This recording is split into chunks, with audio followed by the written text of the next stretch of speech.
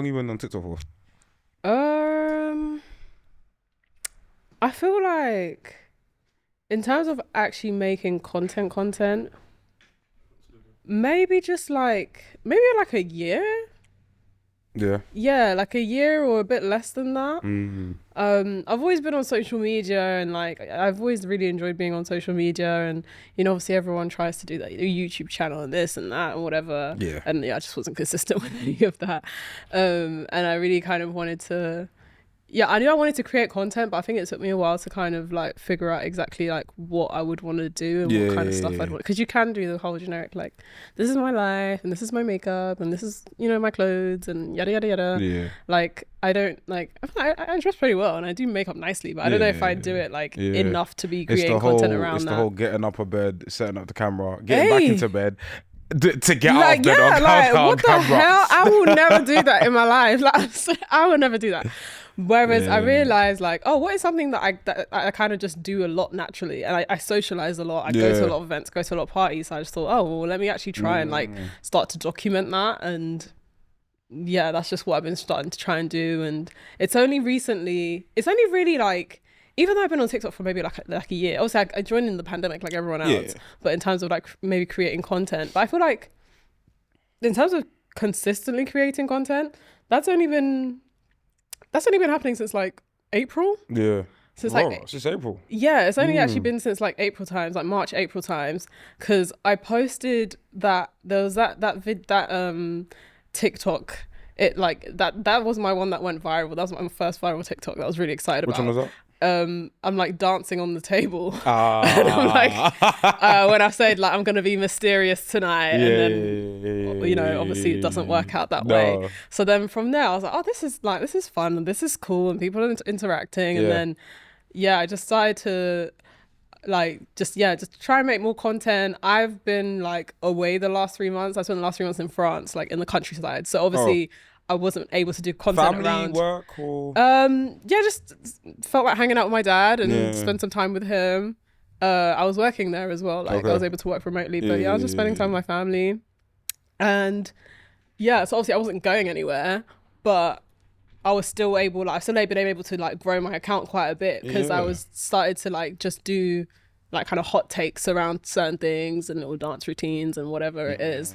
So now I'm back, I'm getting back into making event content and like really excited about doing that. Yeah. That's sick because obviously like I said before, I discovered your content, went through your hot take stuff, and I saw that you like to review different events, and it's like even me, I only started like proper like tapping into like the London event scene I think post-pandemic. Because before then I was just like... same. Oh, yeah.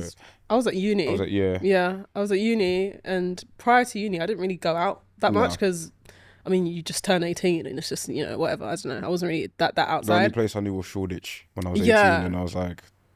I need sign-offs. I went to like a hip-hop 90s karaoke for my 18th birthday. It was great. It was actually such a blast. Yeah. I got very drunk. Yeah. But that was great. And so nightlife and things like that only started for me at uni, and I went to uni in Manchester. Okay. So I could talk all day about nightlife in Manchester. Yeah, I've heard Manny's pretty lit. Yeah, Manchester's a great time, and I think it caters to a lot of different audiences as well. So Manchester, that was kind of the first time I experienced nightlife, and obviously I finished uni in 2018, and then I was traveling for like 6 months. Okay. And then I come back and it's the pandemic. So similar to you, it would have been very much like a post-pandemic experience. It was I remember I was like, as soon as obviously stuff started getting open up, and I just started hearing about different events, and it's like, I feel like uni was the first time I had a proper experience like blackety black nightlife. 100%. Because before it was like, before uni I was like 18, it's like urban motives where it was just like you get they'll play Flow Rider one time. Yeah, they'll play Flow Rider one time, or you'll hear Usher like about 16 times, and then like they're playing songs from 2004. If it's a throwback motive, fine, but it's not. They're playing like it's something new. Like, we got something for you. What we gonna play? Nelly. I'm like, okay, cool. And then obviously uni kind of exposed me to like, okay, like, right, this a motive with pure Afro beats and dancehall, okay. But then I never kind of saw that in London when I was in uni. Maybe I wasn't looking hard enough, but post-pandemic, maybe it's through the advent of TikTok or whatever, it was just a lot more in your face. Yeah, and also I feel like with regards to that like black event scene and stuff like that, I feel like a lot like university and like uni culture is definitely responsible for things like that, because uni is definitely the place where people start launching their own events. You're within the clientele, and I had friends at my uni who launched their own events, and for the time that we were at uni, like we had a blast. And even like people like Danky Sounds, like I spoke to them last year, and they started their events like when they were like in uni and quite early on like that. So I feel like that whole uni rave and events culture really pushes people to kind of create their own events, especially you know, where you're coming from, you know, maybe clubs or environments where they don't really cater to you, and you can kind of take charge of that. And I think then from then on, you know, once we leave uni, then you're able to establish things like Recess or Danky or whoever. So I think, it's really important, uni culture for that. For sure, because I know a couple like prominent DJs that even like started in my uni. 100%. And they start their careers at uni. And then now they're like going on to like DJ at like these major events. It's also interesting how we've phased out of like nighttime parties. Like we're just a day party. Guys, we're tired. We're tired. we've just said, you know what? Yeah, nah. This going to the club at 12 o'clock. It ending at 4 a.m. We're tired. No, we're gonna start early. We're also not like 19-year-olds anymore. Yeah, facts. So I think that definitely plays a part into it. Because I remember like when I was at uni, there was one motive, I can't even remember what it was called. No, it was called Fine Wine. I loved it. It was fantastic. Like, I really liked it because it was, funnily enough, it was actually two white guys who ran it, but they played like kind of a lot of the typical black music that we like, but also incorporated kind of like house and electronic music elements into it. And like just had these really cool remixes and stuff like that. And I think it's somewhere where kind of the more, I guess, alternative black kids who were kind of open to more different genres would go to, and had a blast at Fine Wine. And that was every Tuesday. I had a lecture on Wednesday morning and then a lecture on Wednesday afternoon. And I was like, I deliberately cut the Wednesday morning lecture out of my schedule because I was like, I'm going to Fine Wine on Tuesday night. So we're not that age anymore, and we have things to do. And I think also people want to do, you know, activities and things outside of going to the club. So, you know, it's hard to do that if you're coming home at 4 or 5 a.m. and then you have to now get up in time for midday to go to wherever you want to go or do whatever you want to do. I think people are kind of looking for more range in terms of the activities and things that they do. So day party, sweet spot. Sweet spot. The day party is definitely the sweet spot. Like you're going out and the sun is out. Right. And the sun is, especially in summertime, it's like... And I'm coming home. It's not crazy o'clock at night. But the only thing about, and this is also something that we'll get onto as well, but day parties, they also still don't really start during the day. They start in the early evening. Because black people don't want to come to events on time. We will definitely touch on that, but I think it's time to intro the podcast. Yo people, it's your boy NK, aka the man of the hour, too sweet to be sour. You're tuning into the Rare Podcast. Whoa, rewind, I flopped my own intro. Yo people, it's your boy NK, aka the man of the hour, too sweet to be sour. Of course, I'm always joined by a very special guest. We've got a special guest in the building, someone I've wanted to chop it up with. Introduce yourself, tell the people who you are. I'm Ndouri, a 20-something-year-old partying the pain away.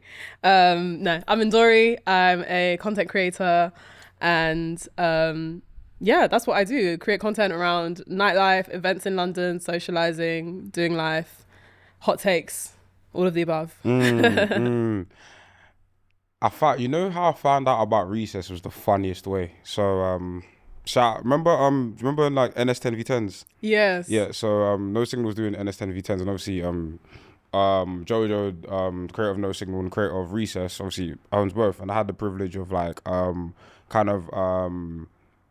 a participant in one of the NS10V10s. It was Kendrick Lamar versus J. Cole. So obviously we're in the studio like doing NSMV10, whatever. When it ended, we are just talking about, just chit chatting or whatever.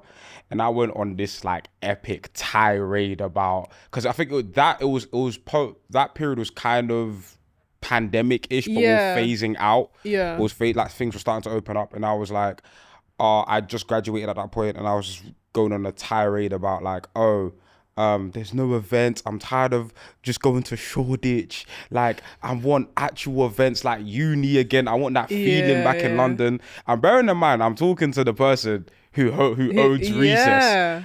I had no idea. And he's just looking at me. He's just like, that is quite he's hilarious. looking at me and he's like, okay, well, I do it. And he's like, I do we do a little event at Recess. Like, you should come. A little event. Oh gosh. I'm like, no worries.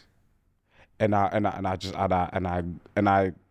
obviously look at Recess's page and I'm like, I'm a bloody fool. I've been talking to this guy when this guy has a fucking empire of an event, and then obviously I go to Recess and then life is all rosy, peaches and roses. But yeah, it's like, how did you even like discover like the Black London like event scene? Because it feels like didn't exist before, then it suddenly emerged and now there's like 1,000 different events. How did I discover it? That's actually a really good question. I feel like personally I just know too many people. Yeah. I think kind of like what we were saying earlier, coming from like uni where a lot of people started their events brands and started DJing and started kind of venturing into nightlife, I feel like kind of for me off the back of that and maybe knowing those people, obviously like social media as well plays a big part.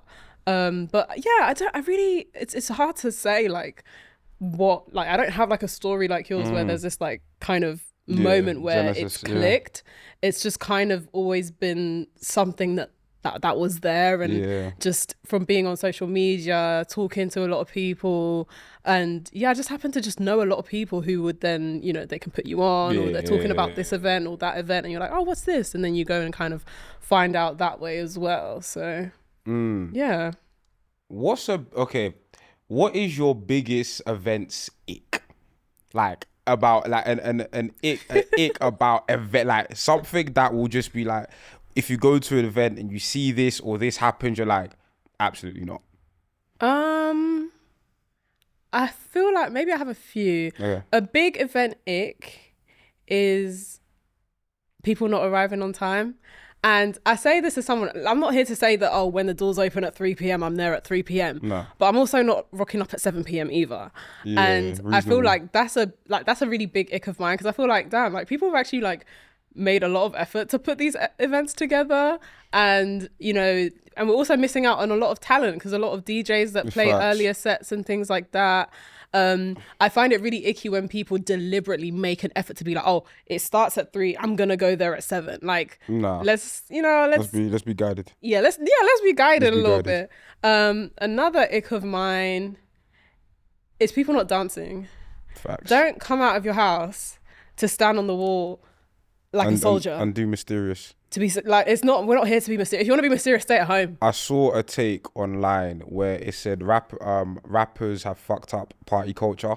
No. Rappers have fucked up party okay. Because especially as man them, everybody wants to do the bottle boy mysterious, silent. Man, don't talk too much.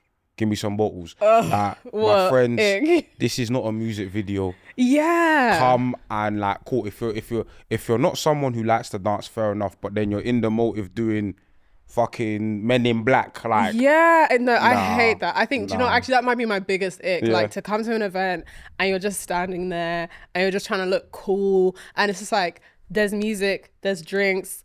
Nowadays there's food, there's good vibes. There's people like, shake a fucking leg.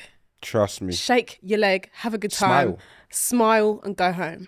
Like, don't just, I hate people standing still in the dance. That really annoys me, especially when it's like music that you really should be moving to. Like, let's, I'm a piano, let's do something. I'm a piano, Afro beats, or just even, those songs that they just all, the TikTok choreographies. Let's hit one of those. Like, just have fun. I want people to go to events and have fun and not really kind of care about how they're being seen and all that kind of stuff. And so that's a big ick of mine. Another event ick is a lack of smooth transitions from the DJs. Thank you. Shake my hand. Let me just Shake my hand. Shake my hand. I hate that shit. Like that, I will actually stop in my tracks when you're doing like it like it'll cut. It feels like a cut. Yeah, it doesn't feel like there's no blend. You're not blending songs. There's the supposed tempo's to be a off. blend. There's supposed to be a flow. Like I feel like DJs are taking us on a journey, and then when you're now doing these choppy changes, we're here stopping. What's going on? Or even when the DJ can't read the room. Yeah. Where it's like, no, the energy. There's an energy of this song. I went to an event, right, and then it was like an R&B event. And then the DJ was playing like, you know, proper powerful, like slow, like proper slow jams. So we're here belting, we're here singing, proper ballad stuff. Like, how can we go from end of the road to Jagged Edge where the party at?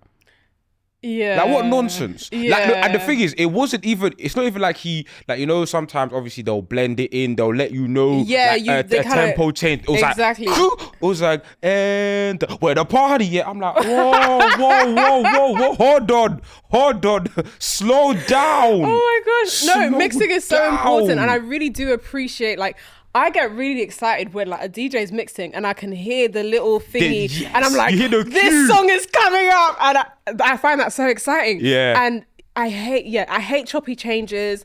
I also really hate when they play like 30 seconds of a song and then just before the best bit where you're gonna sing or you're gonna dance onto the next song. I'm like, guys, like we could let it play, let it marinate. Let it play. We could have lived here for a little bit. We could have vibed. We could have enjoyed this this section. I also really, really hate too much bouncing between genres. Yeah. Like I really do feel like, okay, there should be Afrobeat section, then Afrobeats, then do a cute little mix. And my piano do a cute little mix. Whatever the next genre is. Like we can't go from Amapiano to hip hop. Like I went to Fête de la Musique in Paris, and there was one event. Yeah. There was one event. Like I won't name him, but this particular DJ, I will hate him forever because this is the second event I've been at where he's played, and he's just done absolute nonsense. And my friend, my friends will know who I'm talking about. I have a big slap for that DJ because he's never ever done things that make sense. Yeah. And you're hopping from. You're not a fan of the cross, but I feel like the cross genre breeded stuff. That is fun. I love a bit of jam piano. I do. Yeah. But it's when the mixing is done sort of skillfully and in a fun way, and it's still part of the journey. But we can't go from Dreams and Nightmares to Nika to If in the space of 2 minutes. It's just not realistic. That's an insane mix. Like it's like, what are we doing here? I used to pray for Nika. Realistically, what are we doing here? So yeah, those are a few of my that's fair, yeah. event icks. I think the DJ one for me is number one. It's like, cause I'm happy that everyone's getting a platform to DJ and all that type of stuff, but some of you lot learn how to blend. Can we blend? Can we contour? Can we mix? Can we do something? Because it's ridiculous. These choppy. I think a lot of yours are valid. I feel. This is to promoters. Book venues that have the capacity to fill. Big one. Because people are booking venues that are tiny and we're doing, and then they're packing 600 people to a square. We cannot escape. We cannot get out. Yeah, no, I hate that. Don't overpack the place. Like we actually need space to dance. We actually need space to move, to do something. We're just here. Just squat it. And do you know what it is? Because I think it's a balance. I don't like venues where there's not enough people, obviously, because it just looks like a football pitch, bare patchy. But at the same time, it's like, make it make sense. Can I maneuver? Can I get to the restroom? Can I get to the bar? Yeah. Is the bar, like, where is the bar? Is the bar in the middle of the dance floor where nobody is just, like, no, like, let it be an organized something. There just needs to be fluidity to the movement. People can be dancing, people can get to point A to B. Exactly. Yeah, I hate overpacked events. I hate that shit. I hate it so much. It's ridiculous, like, and another thing, this is promoters more so. Please, everybody. I feel like I don't like venues where there's too much like segregation between like. Obviously, there's VIPs. People are paying for VIPs and stuff, but where it's like, hey, you're on guest list, you'll get in before every. Come on, and there's like venues where it's like it feels too cliquey, where it feels like, hey, okay, the niggas on the guest list, of course you prioritize them, but everyone else gets treated like shit. Yeah, no, I'm just like, nah, like obviously prioritize the people that are paying more, but also make it an enjoyable event for everyone. Everyone's parted with their money. Everyone has come for an experience. So there definitely should be a baseline of like what people can expect, and that baseline should be at a pretty high standard. But kind of speaking more to your point, an ick that I have with regards to sort of guest list, VIP, whatever, is when there's 50,000 people on the stage. If you're not the DJ, or you're not the person singing, get off the stage. Get off the stage. I say this to someone, I'm a hypocrite though, because I have been that person on stage a few times. We've seen. I've had I got dragged. I got dragged. Whoa. You know, a few people on the stage. At least I'm dancing on the stage. I'm giving y'all something. But there will be people standing still or just being on the stage for the sake of being on the stage for the sake of, oh, I know the DJ. Oh, I know the artist. I gave you guys a little something, at least. You'll be entertained if you see me on the stage. For sure. But I think, but I've seen events where it's actually ridiculous. Like, you can't even see the DJs or whoever it is that is performing anymore because there's just so many people on the stage. I mean, that's also a bit ridiculous. Also, do you know what? DJs, I like DJs to be heard. I like good hype men DJs, good ones, not the ones that be doing monologues in the middle of the shit, but like a good, like, that's why I have nothing but respect for dancehall DJs, because they're little comedic ad libs or whatever. I love it, and I need, if you've got the skill to do it, be confident, grab the mic, set, because I feel like the DJ is the tone setter, and I feel like obviously the songs speak for themselves, but if you've got a DJ like encouraging stuff, you know, like encouraging like good stuff, like like I feel like more DJs need to be on the mic and like MC and just like control the room. I think I really like piano events because they do really have like the MCs and the host and the DJ. Because I think it's a lot of work for the DJ to be like you're selecting and then you're also hyping up the crowd. So I do really like that synergy that they have between the hosts. The hosts are singing the chants, they're getting the crowd hyped up. Like it is really like a team effort, and I see that a lot, and I really do like appreciate and enjoy that. Oh, one more ick here. When the DJ says, what do you know about this? And it's the most obvious song of all time. Dude, like... It's the most obvious. I'm gonna take it back. I'm gonna show you lot something. What do you not know about this? And it's Usher band. Nah, I don't, that's... Be for real. That's cringe. Another thing that I'm actually tired of is we sound like hating ass niggas, you know. Like, one thing about me, I am a hater. I will say I'm a hater, but I also will always give credit where it's due. Yeah, give flowers. But I will hate. Like, I feel like it's important to have both. Yeah. But yeah, what's it called now? When they're like, oh, who's from North London? Who's from South London? Do we have any Nigerians in the... Guys, we live in London. And do you know, maybe like I am saying this with hate in my heart because I'm someone who's not Nigerian, who's not Jamaican, who's not from South London. And I feel like those moments in the event is really just for them. And I hate it. No. Because this is the one that's going to trick you. You got any Congolese people in the building? I've got a side for you. Guys, I just want to... Where's the camera? Is it this one? That one right Premier Gaou is an Ivorian song. It's not Congolese. DJs, please open your ears. Premier Gaou is an Ivorian song. If you want to do this... Ask for the Ivorians in the house. Don't ask for the Congolese people because it's not our song. It's not. Do you know what it is? In uni I didn't mind it, but it's when like why it's like and because people know I'm Congolese, they be looking at me. Why the fuck you looking at me for? Why are you looking at me for?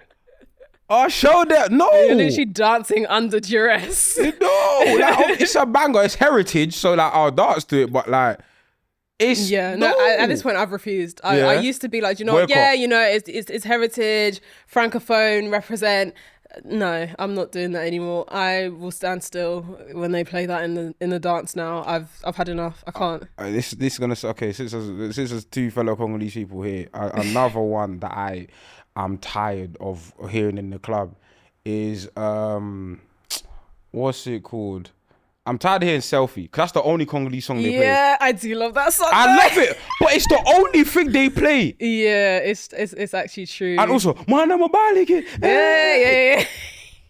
No, because it's the only thing I'll hear. They'll transition it from or into Premier Gao. Yeah, no, it's true. Like, play something. Listen, I thought there's such a rich lineage of music. I'm not saying you have to play the deep cuts, but please add. We need more range. We need more. Like, range. our parents danced to Premier Gao in the clubs. Do you know what I mean? Like, this is a whole new generation. Like, we need something else at this point. And like, to the Nigerian, I'm gonna put it to context here. Imagine, to the Nigerians out there, imagine all the representation you got was Two-Face. You feel me? In the club, they just start playing African Queen. Every single time they want to do anything for Nigerians. It's African Queen. Enough. Yeah, no. Like, you lot got your Ashake and everything. I love it for you. I'm there with you. But help us. Or what they do for the francophones. That one as well. It's enough. Stop doing that, please. And you know what? Like, there's not other French artists out there. There's so much good French music. And you know what? Actually, I'm surprised they don't play more MHD. Yeah. Like, especially when he was popping. Like, because I went to a concert of his at Village Underground, I think maybe in like 2017 or something. Yeah. Packed out. Like, people were really like messing with him. Yeah. And he's got loads of great songs. Like, play one of those. That's a good take, because I remember obviously when like the UK were doing like when drill was super popular, even though MHD isn't exactly that. Like, he was doing the Afro trap thing. Afro trap thing. People were really into it. And I feel like DJs could have been a lot more creative and like mix in that with like a lot of like the bouncier, heavy 100%. Tunes, but they weren't really doing that. But yeah, when it comes to like francophone representation in motives, it's pretty ass. Yeah, I mean, which is to be expected to a certain extent, because we're not the dominant demographic, and I'm sure partying in Paris, in France is a completely different experience. But yeah, I'm so sorry. It can't just be Premier Gao and like more than that. I don't listen. If you're gonna give us 5 minutes, give us some new 5 minutes. Yeah, switch it up, refresh it. Switch it up. Okay, this or that. What song needs to be retired first? Okay. So we have got. These are two different genres, but I feel like they've been in fact, no. I'm gonna do one of the same genre. Keisha Cole Love or Fantasia When I See You. Which one needs to be retired first? Both, guys. I'm tired of hearing both of these songs at the club. It's enough. Do you know what I do have a bit of time for though? The Love Amapiano remix. I don't know. I can bounce it up. It's good. It's really good. But out of those two, I think I'll say When I See You. It's enough. It's enough. I feel like you disagree. The empath in me detects that you disagree with my choice. Nah, when I see you, it's just like, do you know what it is? Yeah, maybe it's the mandemization of the song and the way it's such a bonding moment for niggas. Like, I don't know why. It's one of the few songs that I'm not gonna say we've taken, but we've claimed it a little bit. So it's like, I'm tired. I think it's enough. Like, and especially because they always play it to close out the party. Yeah, I don't like that. I'd honestly rather you shout at me and tell me to get the hell out of the venue. Like, I don't want to hear that song. So yeah, between those two, retire Fantasia. Love you, Fantasia, but it's the DJs have rinsed that song. It's too much. I feel like Love by Keisha Cole is a bit less rinse. It's a bit still very rinse, but less rinse. I think it's rinse, but I don't think. I think it's I don't know. I hear Fantasia more, but I think Love Keisha Cole's rinsed as hell to me. But Fez, Nika or Premier Gao? Because I know you're Nika. You're doing your research. Yeah, of course. Nika or Premier Gao? Honestly, retire Premier Gao. I feel less like I want to kill myself when Nika is playing in the club than Pumigao. Why do you want to kill yourself when Nika's playing in the club? Do you know what it is? I love Nika. Nika is a fantastic song. I don't have a problem with the song itself. My problem lies where, because it's the sort of main, because I feel like Amapiano's taken a while to kind of ginger the UK audience. And this was the first song that you kind of had people be like, oh, I get it now with regards to Amapiano. Me, I was one of them. I'm going to send you an Amapiano playlist so that, you know, we can refine your tastes a bit more and give you something else. I was a novice. Yeah, so still am. Nika is very much the song that really, I think, made Amapiano enjoyable for a lot of people who weren't really messing with it before. Yeah. So, but the problem is that because that's the song that kind of gets everyone going, everyone dancing, every DJ wants to put it in their set. So by the end of the night, we've heard Nika about 5 or 6 times. Facts. It's enough. Yeah. It's actually enough. I feel like the DJs need to have a meeting prior to the motive, select who is going to play this song. Obviously, it will probably more likely be the headlining DJ who gets to play it, but they need to collectively decide who is going to play this song. I don't want to hear the song more than once. I want to hear the song in full. I don't want to hear 30 seconds of Nika because I also really hate that. And yeah, that's where my issue lies with the song. Yeah, especially when they miss out the last part of Nika when the bass comes back in. It's like, bro, that's the best part. You're just run the whole song. I know Amapiano songs are long. A lot of people don't really like that about Amapiano. I love it. Run the whole song. Get creative with your mixing. Run the whole song, and yeah. But one DJ plays the song once. In the motive. That's what I need. Put me a girl out. I don't want to. Honestly, if I could, I really hope that one day there might be like 1 year that I can go to motives regularly and never hear that song again. Okay, so if you're taking Premier Girl out of like the party consciousness, what is your alternative? Oh, that's a good question. What is the alternative? I think that's really hard to answer because even when I was making my TikTok video, I was like, you need to retire. It was Southern Africans, East Africans, West Africans, everyone telling me, no, girl, like this is Africa's national anthem. I don't think we have a song like that. That's that universal. That is that universal. Do you know what I do actually, even though it is a bit annoying sometimes, but I still feel like I don't hear it that much, but I do like hearing, it does warm my heart a bit to hear Carolina by Awilo Longomba. That does warm my heart to hear in the motive a little bit, you know, elle est jolie partout. I do like that. That's a fun time. But yeah, I don't know if it has that same oomph and that same kind of esteem for Africans on a wide scale. So I don't think I have an alternative. And I don't think I need to have an alternative, actually. Yeah. Just take it out. We'll figure it out. We'll figure it out. This isn't a this or that, but play a Kate Renata song that's not just Be Your Girl. Be Your Girl. Thank you. Play a Kate Renata song. Like that song's a banger, but this man's discography. There's more. There's always more. He did not produce Baba for you to just play Be Your Girl. There are so many hits that he has, and I feel like, even like just DJs, if you're gonna play Kate Renata, play Kate Renata. Like, and also if you must play Be Your Girl, if it's a case where if you don't play Be Your Girl you'll die, give us another song. Like, give us something else. Give us 99.9%. Like, give us something, girl. Something. 10%. So, do to me off the new album, something, bro. Something, like, please, like, cause I love Kate Renata, but to the on Amapiano, I was somebody. I'll confess on camera, I was a non-believer. I didn't get it, and I didn't get it for a long time. And still to this day, I liked it when more artists were doing lyrics, right? Even though I don't understand it. But because when it was just a beat, I'm like, it's cold. Okay, 3 minutes. Okay, it's 8 minutes. Okay. We get this like, do. And I'm just seeing people go like, I'm like, I love it for you lot, but it's a lot.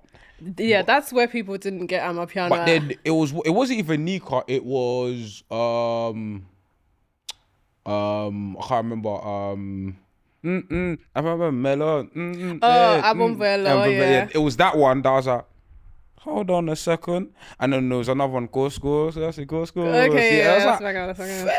fair. Like, yeah, I could sing along now. And then obviously, when I heard Nico for the first time, I was like, have you seen that meme from what's that show? Arthur. Yeah. Of Buster listening to like music. Yeah. That was me. It was just like, what is this? What are these backing vocals? What are these drums? Yeah. And then but it is rinsed. But I'm so sorry. I'm not tired yet.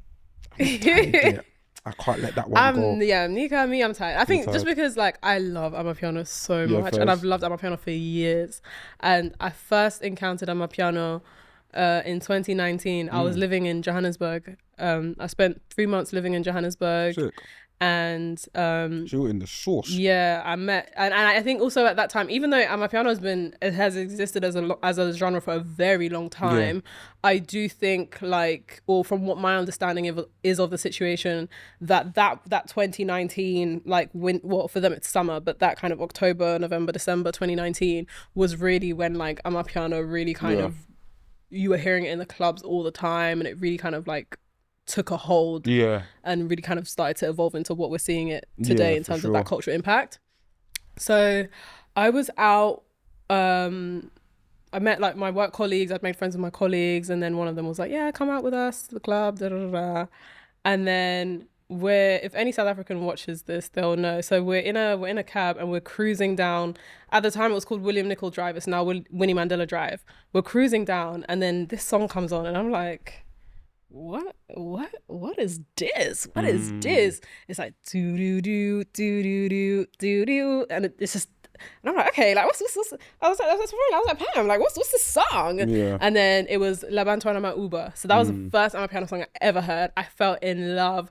And then she was like, yeah, you do this move, it's called the pouncing cat, and that's how I learned how to do the pouncing cat and everything like that. And that was my introduction to Amapiano that night. And then I was hooked. So I absolutely love Amapiano. I love the genre, and that's why it kind of frustrates me that Nika is the only song that it just has such a chokehold, and it does because it's a great song. But there's other really amazing Amapiano songs, and I'm very reminiscent of 2019 Amapiano in particular. Okay. There's a lot of songs that I heard within that period, especially in December, stuff Untold Story by Vigra Deep. What's it called? Lodge. I think that's DJ Maporiza and Kabza De Small. M. Lumbini is also DJ Maporiza and Kabza De Small. Sukendeleni, it's Jobe London.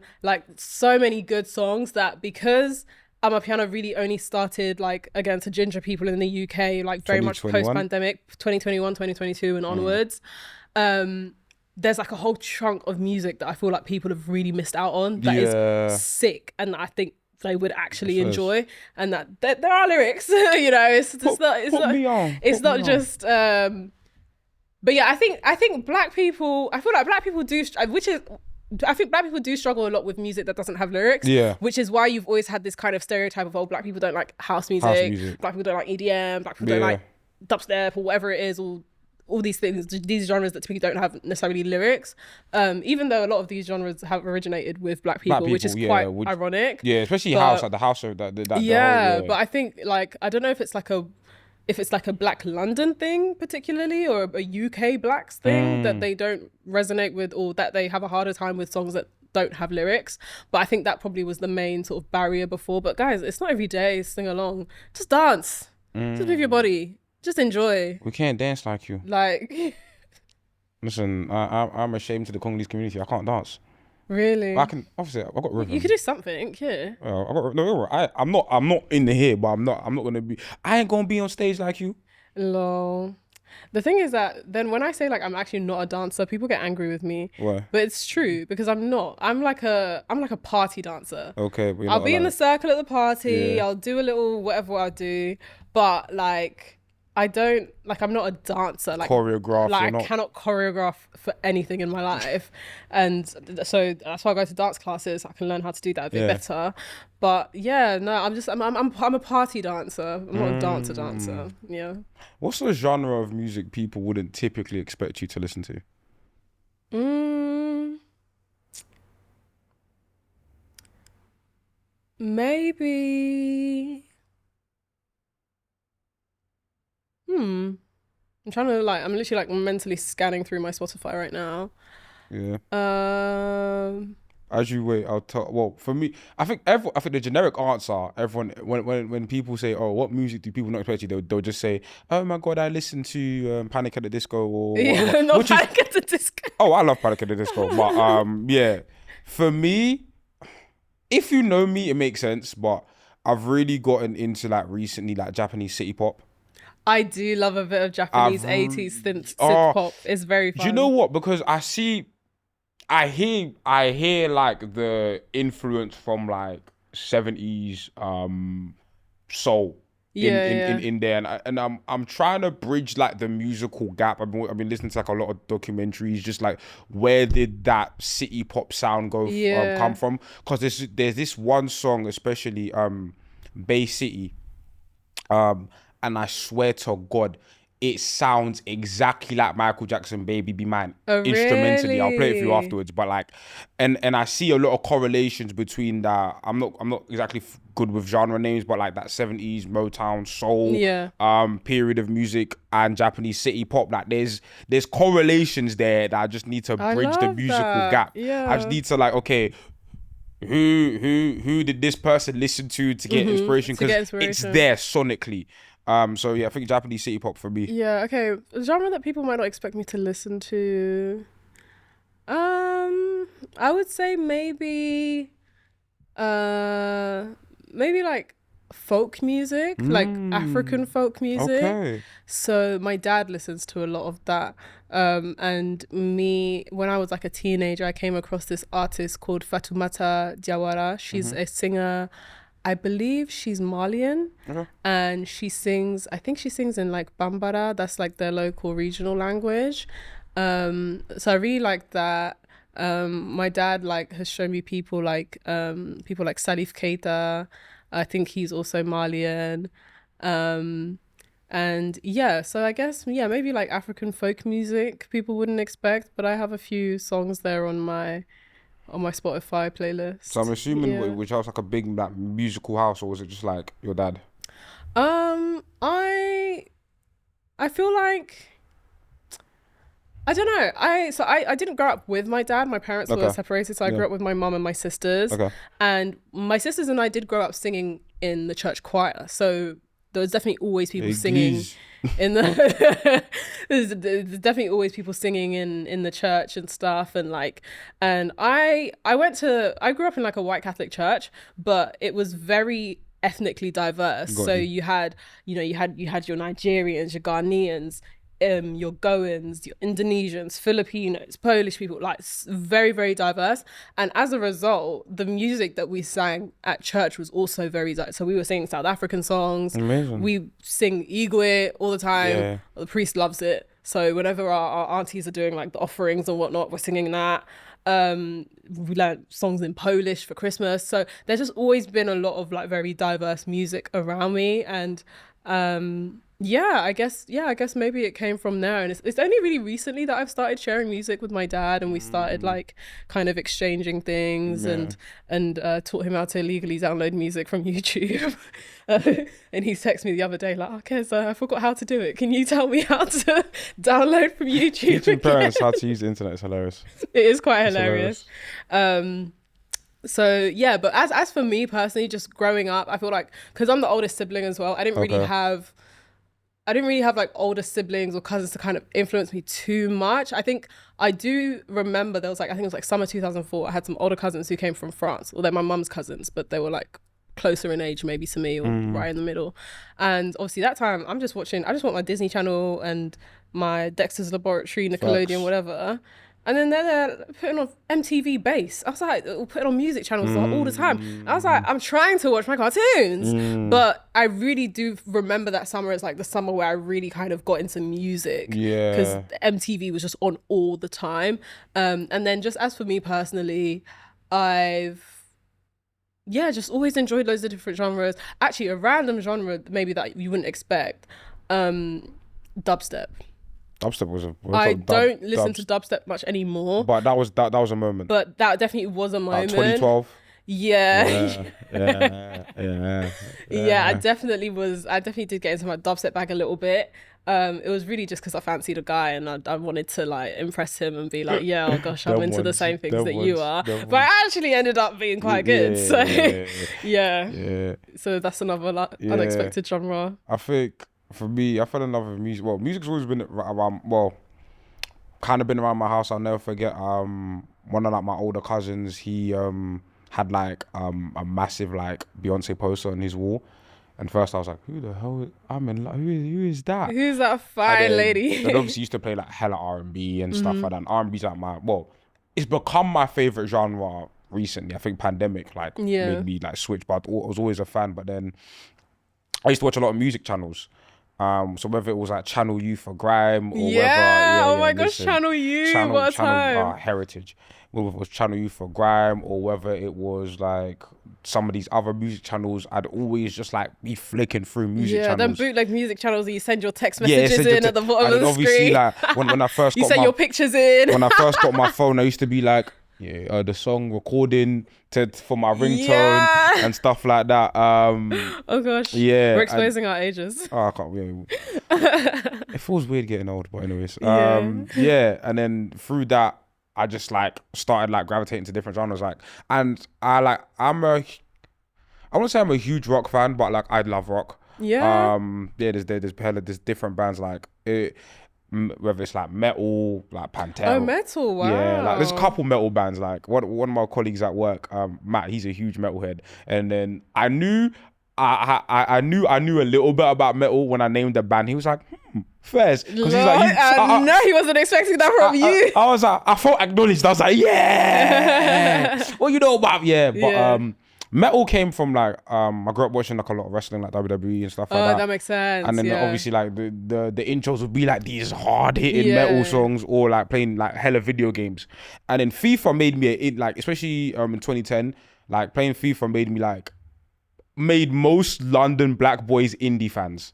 Oh, if you ask like a London black boy who's like into like indie music, I'd say 60% of the time he got into it through FIFA. Wow. Because FIFA just had like some like two-door cinema club or random. I do love a two-door cinema club. Like they'll just have like an indie band. It's like, oh, this is banging. And then obviously because you're playing FIFA all the time, it just like the music like bleeds into you, innit? Yeah. But Pandemic's what made me an R&B fan though. Like I was always a fan of R&B, but it was always like second to like hip hop and rap. But R&B was just like I was listening to like no single radio. I was listening to like a lot of just radio, and I did this thing where, cause I listened to like a lot of like podcasts about music. I did this thing where I tried to listen to like a old album, like a classic album a day. Yeah. So that's really cool. Yeah. So I went back. That was me and my brother actually did it, but I would go back and listen to like an old Jodeci album, and be like, okay, I like this song, and eventually it just became a thing. I was like, oh shit, like I wouldn't say I've conquered the 90s because there's so much music, but like that's I have an understanding thing that you've done. There. Yeah, I have an understanding of like 90s music. And big up, was one of my friends. Oh, he's a bit older than me. And then I was talking to him about like some groups in the 90s, and he's like, how the fuck do you know this? I was like, Pandemic gave me a lot of time. But, like I just feel like, I don't know, like it's weird. It's gonna sound weird, but like, if I find it weird when people don't love music, I love music. Yeah, no, I've always found that really strange. Like when you speak to someone, you're like, like what kind of music do you like? And they're like, oh, I don't really listen to music. Huh? That's like the soundtrack of life. What do you do? You just go about life in silence, or I just think or if you don't have like a specific genre that you really really love, or artists that you really really love, like even if it's like a more kind of like niche genre, but still like I find it really, I really find it hard to compete when there's people who just aren't very interested in music. I really. Do you have a record player? I do, yeah. Do I not like it? Yeah. The thing is, my plan is to get one soon. They're a lot of fun. Yeah. I need to build up my vinyl collection though. So okay, it's gonna sound dumb, but like, do you notice like a significant like difference in that audio quality, or is it or is it the collection of physical media that attracts you to like record playing and vinyl collection? Because I've always wondered what makes people do the switch. Yeah, I mean, I feel like I don't have any kind of expertise in audio or what. Yeah. I don't know any about. I don't know about anything. Yeah. I don't know any of that.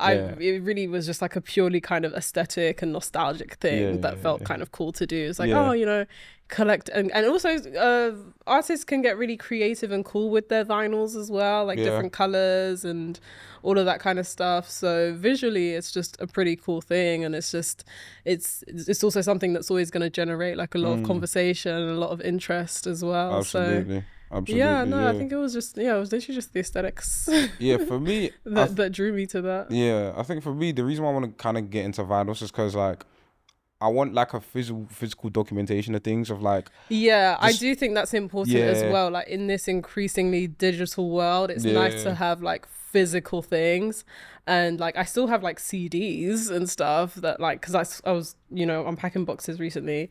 And I was like, CD? I can't remember the last time I saw a flipping CD. So, and that's not even as far back as vinyls or anything like that. So, I do believe in like, in an era where you got Kindles and everything like that. I do also appreciate a physical book. And I do think it's important for, like you said, for kind of record keeping and things like that, to have those physical things and not kind of digitize everything. And stuff like if I have like, God willing, have kids or whatever, I can just like, it's something I can hand over to them and be like, hey, this is it, instead of, look at the streams. Look at the streams and stuff like that. But fun fact, my first ever CD I ever bought was S Club 7 Juniors. I loved S Club 7. Yeah. I loved me some S Club 7. Yeah, S Club 7. Yeah, that was serious.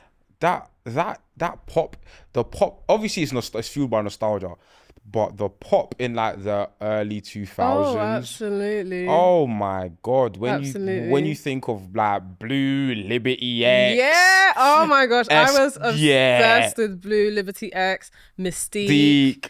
I loved it all. Because I feel like for me, my kind of memory of like CDs and my first memories are like, do you remember they had those compilation CDs like, now that's what I call music? That's what, and they just had all the hits. That's my first memory. Yeah. Oh. Why are they like top of the pops? I haven't heard that name in years. Yeah. But so stuff like that. In terms of like individual artists and like first CDs that I personally remember, when I was 5 years old, I was obsessed with Shakira. Me and Shakira and me, like this, like to the point where like I made my godmother and I get like the belt that she wore in that Whenever Wherever video. Whenever. Yeah, the belt that she wore, I made my godmother go to the shops and get us both that same belt. So her album, I think her album is called Laundry Service, and she had that song, she had Underneath Your Clothes, like so many bangers, and we used to just spin that in my mum's car. Yeah. I also remember an album we used to wheel up was Spirit by Leona Lewis. Ooh. That album that she first dropped after she won X Factor. Still no skips to this day, actually. I listened to it a few months ago. It's still to this day. Slaps. Every single song slaps.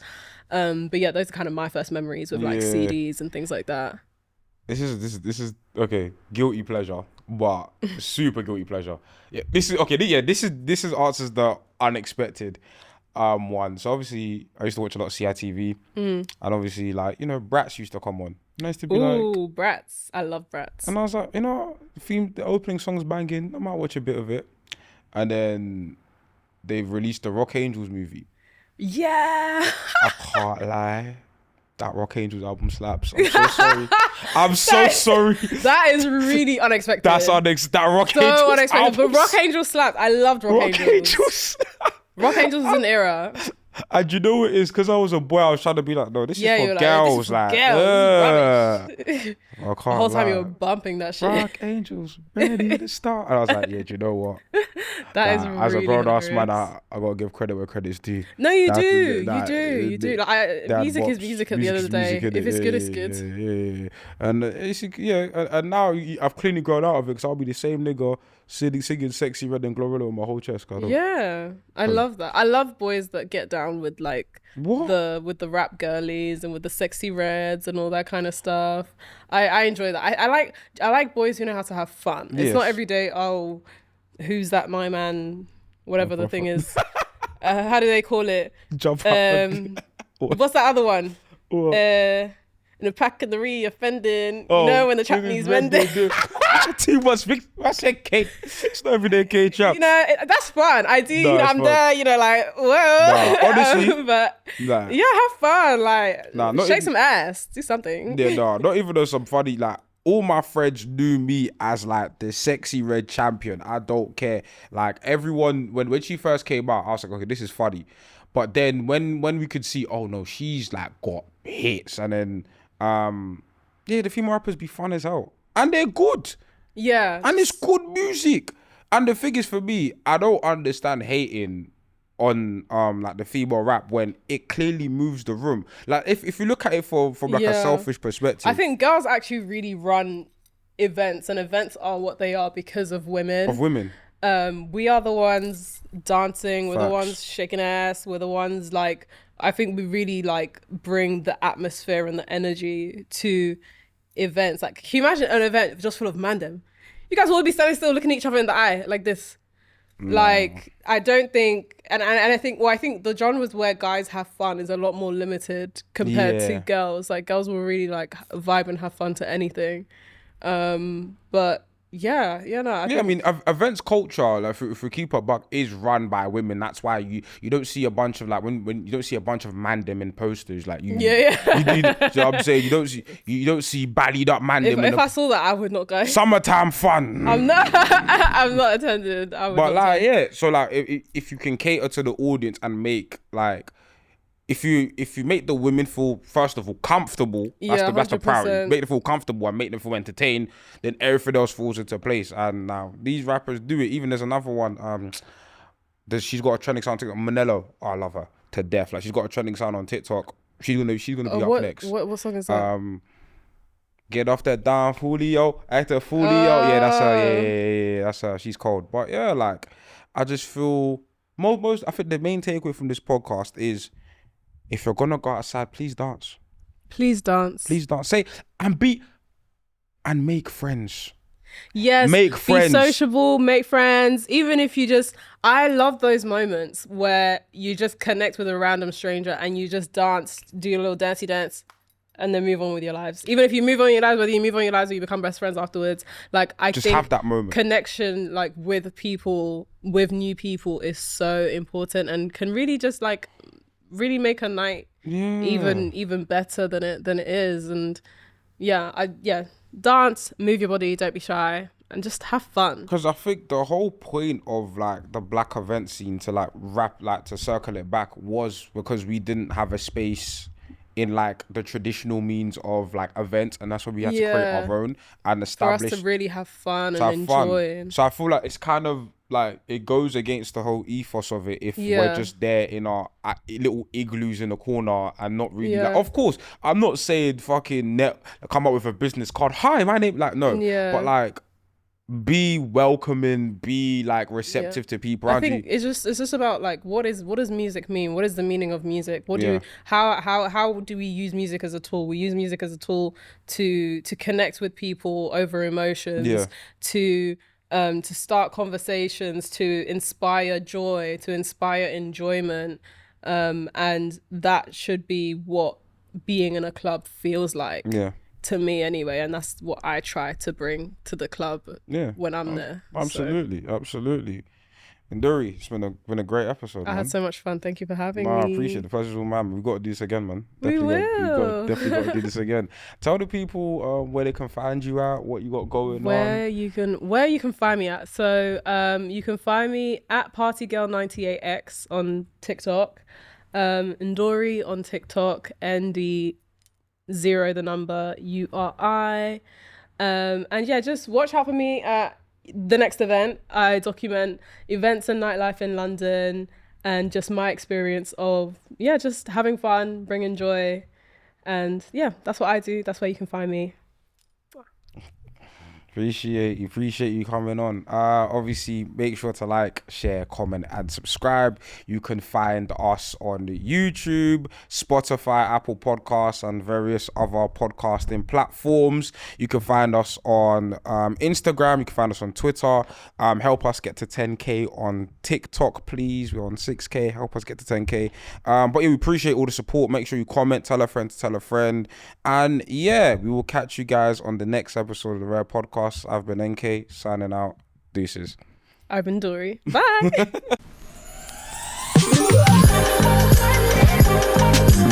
Bye.